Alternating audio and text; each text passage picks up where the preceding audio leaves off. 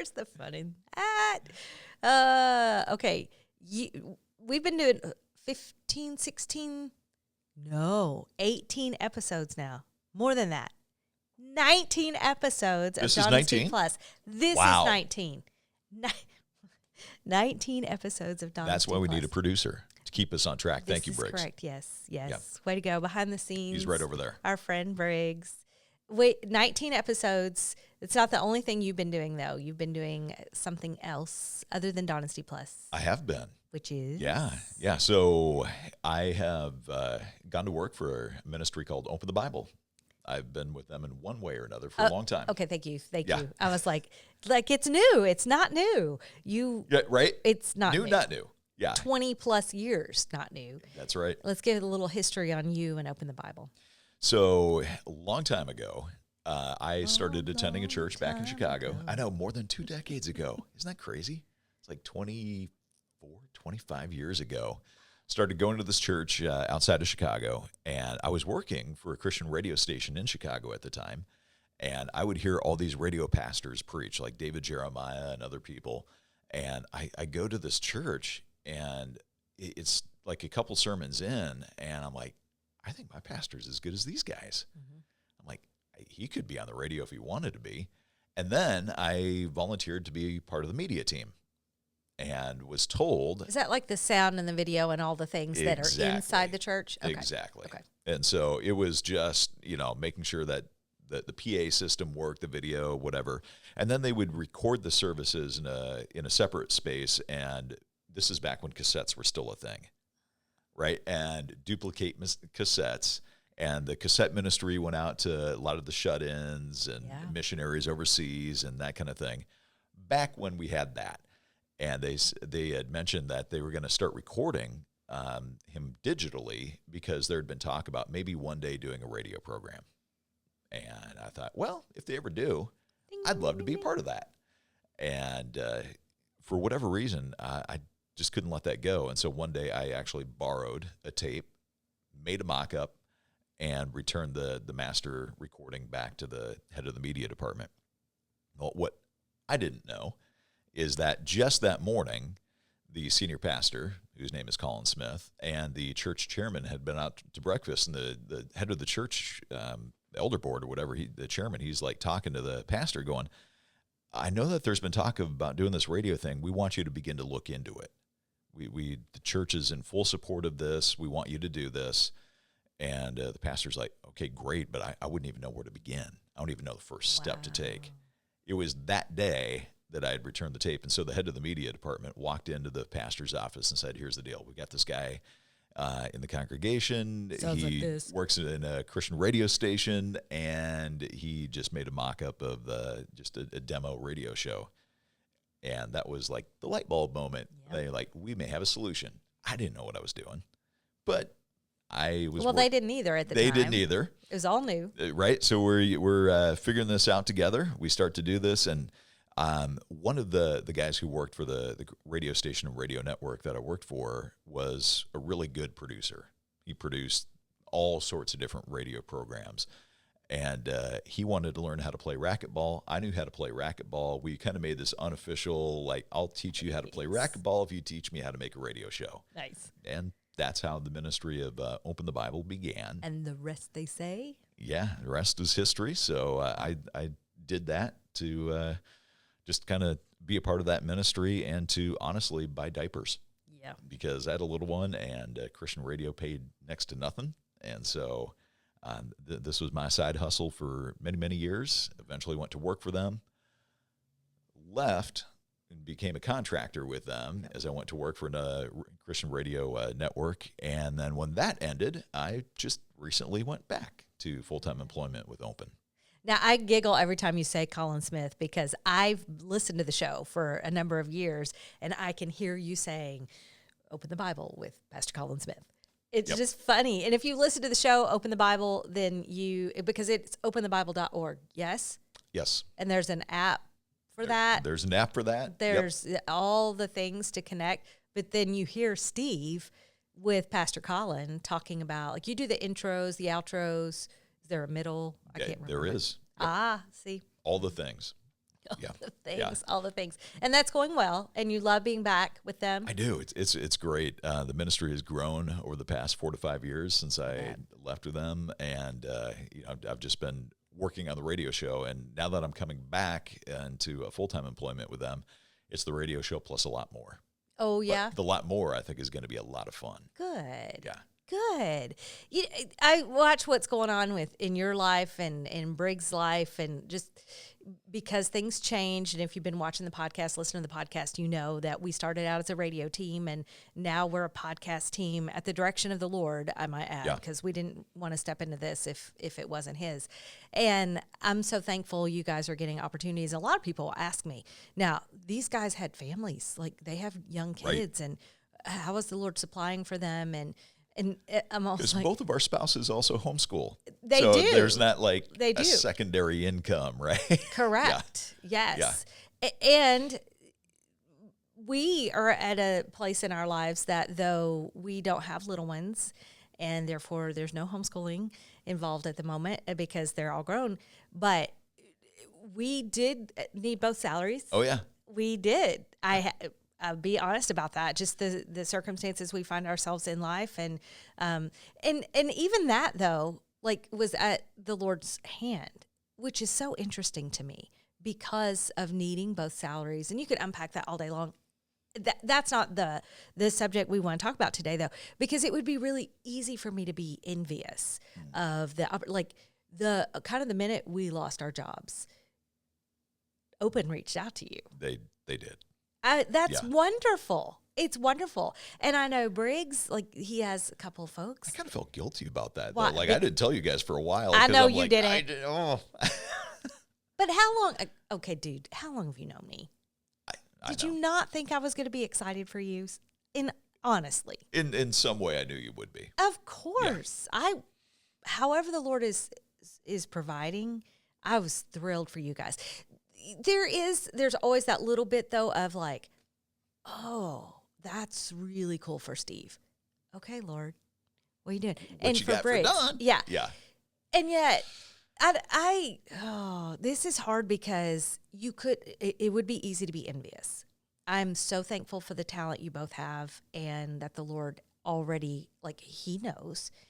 And yet, He does know what He's also called me to. Mm-hmm. And though there may not be a paycheck behind it right now, He has called me to be faithful and diligent in getting Don and Steve Plus together. Yep.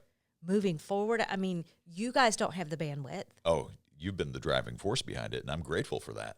And didn't I finally just say, hey, I'll quit bugging you guys with text if you'll just trust me to do the next things? And it's because there are a lot of things, and because we're all in this together, so I value your input, and yet we're at a place where you guys are busy.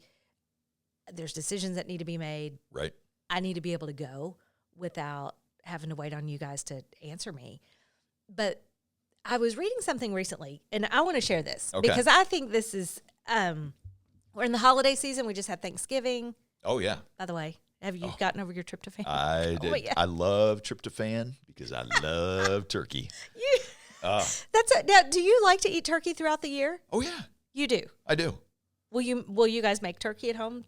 Not deli, but Not regularly, Yeah. because it's a process, but occasionally, like, oh man, you get a good turkey on the smoker, yeah. and you low and slow on the smoker. Oh man, I don't know, not much can beat that. It's true. That is And good. Ben has perfected both the fried and the smoked turkey. He does great. In the last few years. So we did not starve on Thanksgiving. Oh no. All the good stuff. Yep. Fun to have family and friends around that table. That's my favorite part. Isn't it? It is my favorite cool. part. Yeah. It really, I mean, the food is fantastic. There's no doubt about that. But just having everybody around the table. That is the best part for sure. Yeah. Yeah, I'm not quite over the tryptophan, but it doesn't take much to throw me. Well, bring some more leftovers, more Yes. tryptophan. That's the way. Yeah. We'll dispose all tryptophan. But, the other thing we tend to do during the holidays especially is we'll get on social media. And we... I try not to. I know. I think we do ourselves such a disservice by this constant scrolling. And usually I've learned that people have a favorite. it's either Facebook or Instagram or TikTok. Oh, yeah.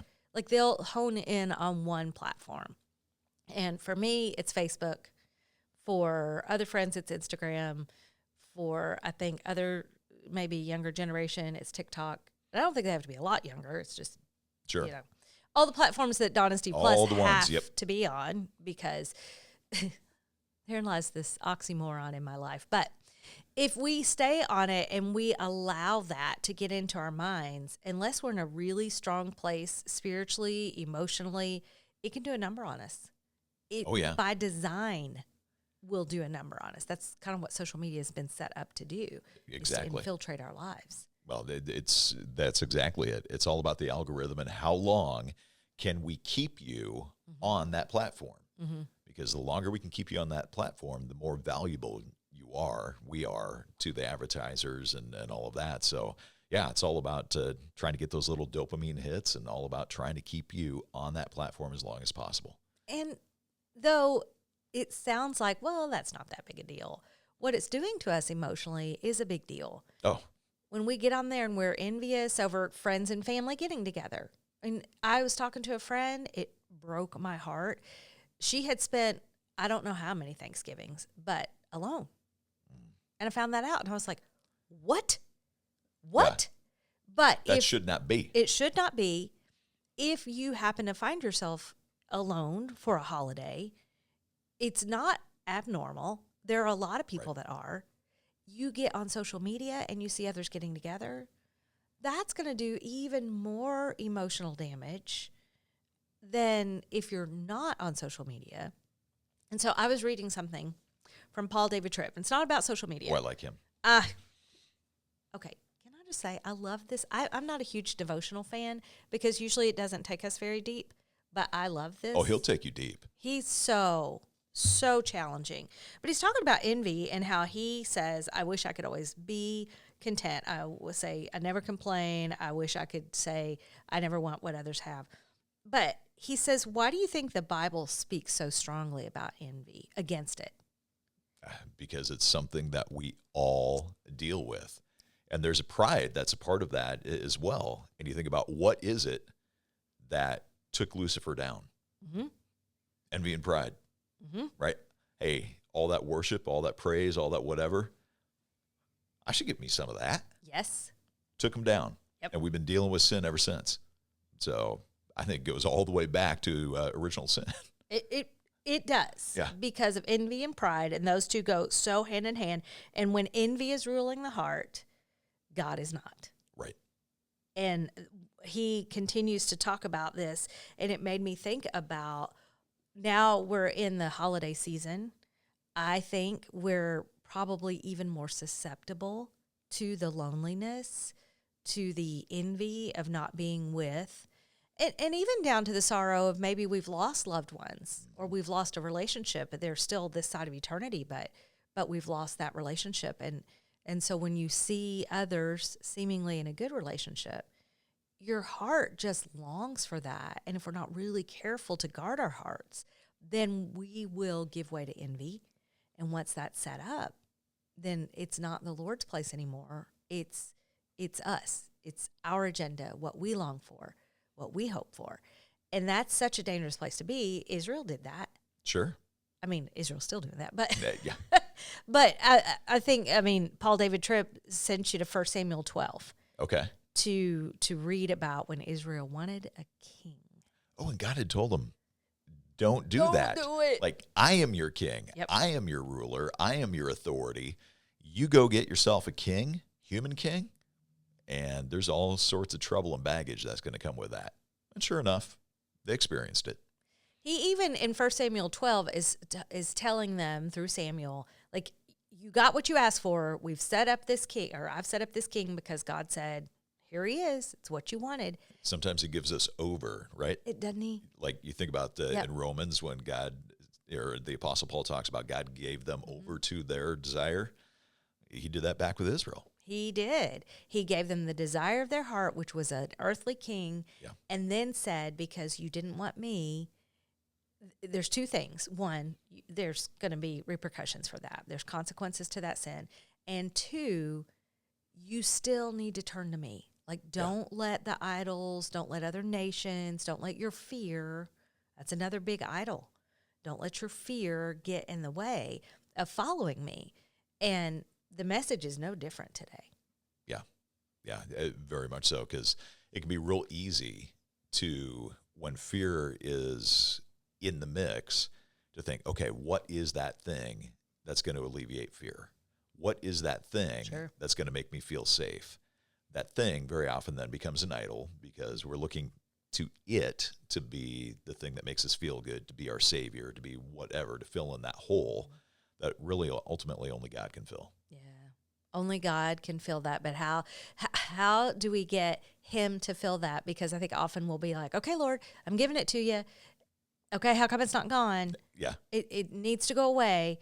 There's like practicing walking with the Lord is a real thing. And even going today to pick up your Bible and go to 1 Samuel 12 and see what happened with Israel, because I learned a lot being refreshed, because I know I've studied that passage before, but I can lay it down and walk away and forget what I just learned.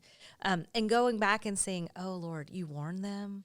Yep. Your grace was there for them, sufficient for them. You even said, hey, here's the pitfall that's coming. Right. And he's done that for us. And I wonder, there goes back to envy and pride, like, what is it in us? And nature, I get it. But why will we not stop and do the practice thing of walking with him? And it involves the scriptures and living those out, as opposed to doing it our own way and then crying out like Israel did, oh, they're after us and they're going to kill us, and, you know, we need you to rescue us. Okay, you're rescued. Now we go back to our own stuff. I think it comes down to those three things that we've been talking about: fear, envy, pride. Right? Because pride says, I want to call my own shots. Sure. I am fearful that if I fully surrender to the Lord, I'm not going to get to call my own shots. And I know he's good, but my good might be better than his good. Oh, Lord, forgive us. Right? And so I am going to say, okay, I want control because I fear not being in control. Therefore, and pride and envy feeding all this, being like, therefore, I'm going to do it the way I want to do it, until we realize ultimately that leads to heartache, that leads to disappointment, because when we set ourselves up to be king, then ultimately, when things don't work out the way we want, who are we going to be mad at? Who can we be mad at that point? Self. Yeah, you can, but you probably won't be. Well, you'll find a way to try and deflect, blame somebody else like very God. often, right? And then we may blame him for that.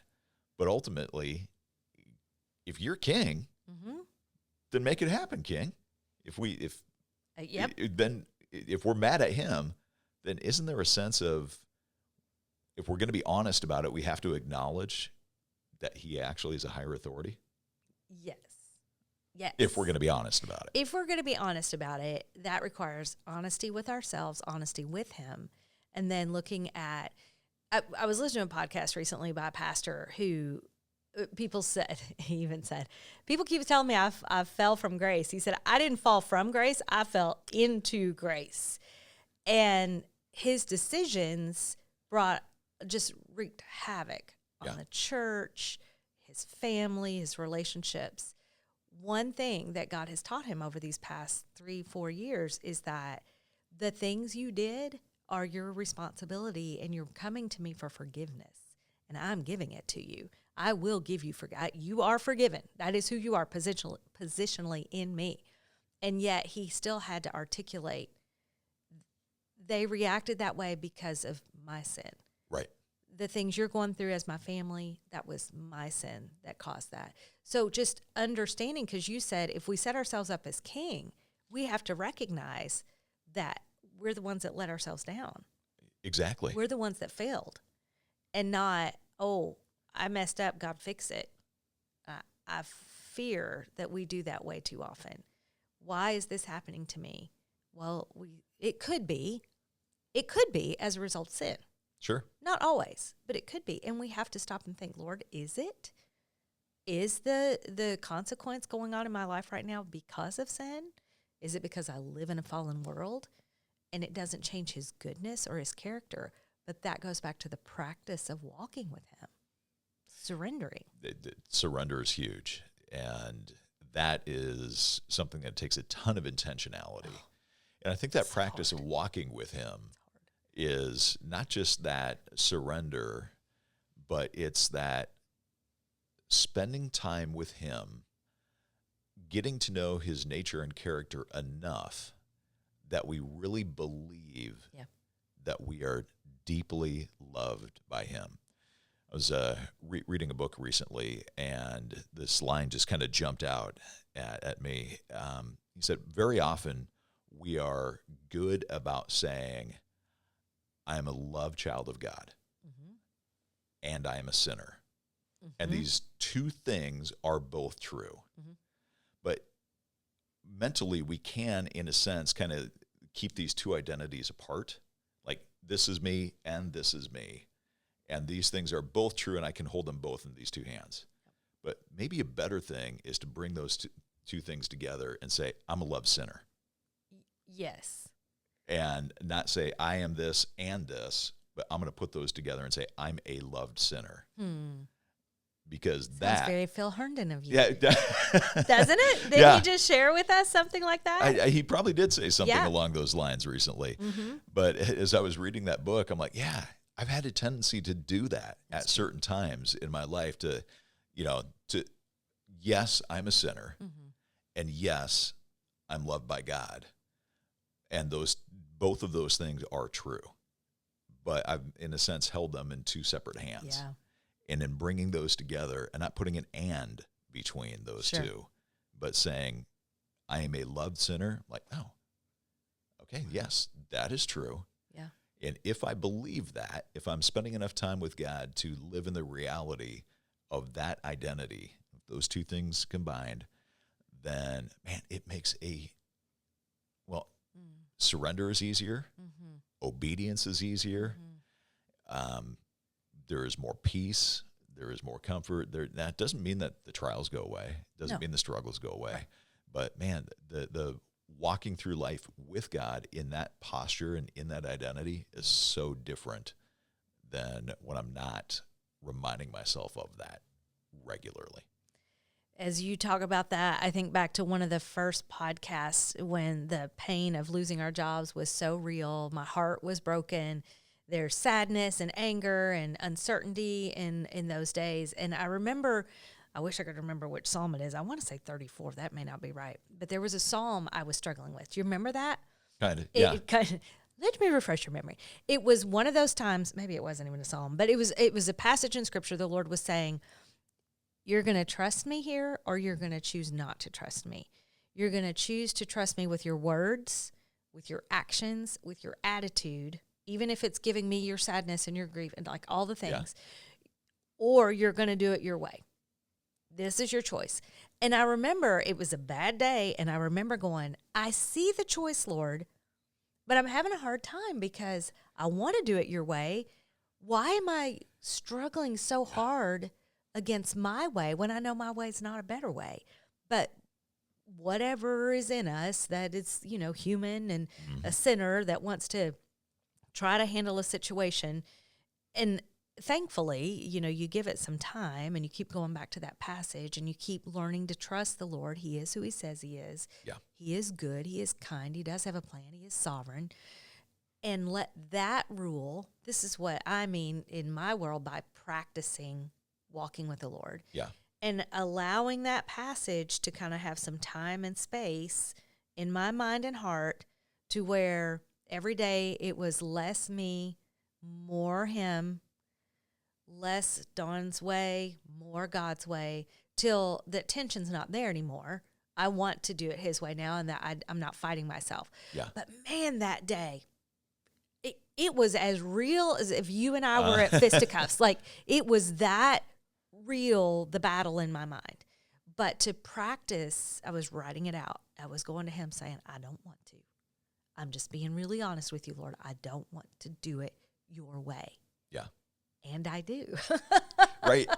You feel the tension of that, right? Living in the tension. Yeah.